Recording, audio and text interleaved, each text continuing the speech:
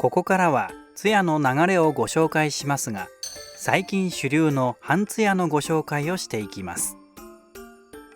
喪主は開式の1時間前には会場に入り、供花の指示や参列者の対応をします。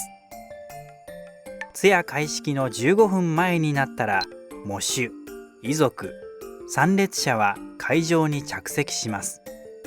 参列者は着席しづらいものですので、遺族は率先して着席するようにしましょう。通夜の席次にもこの図のような決まりがあります。ただし会場が縦長か横長かによって若干配列が変わるので注意しましょう。参列者がおおむね着席したところで、司会が通夜の開式を宣言します。僧侶が入場し着席します。そして僧侶が読経を行います。お焼香は個人と関わりの深い順が一般的なので、喪主、親族から始まり、最後に一般参列者が行います。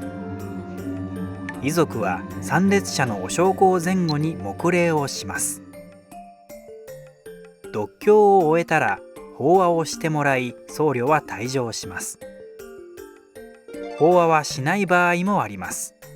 通夜の最後に喪主は参列者への感謝と個人の喜びを代弁し、挨拶を締めくくります。そして司会が通夜閉式を宣言します。その後、喪主は参列者に軽食をもてなし、個人の思い出を語る通夜振る舞いという宴席を行います。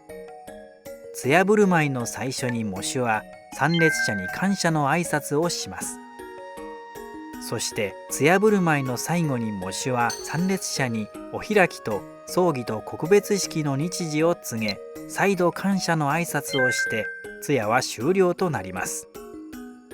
この半通夜と通夜振る舞いは3時間程度で終わります。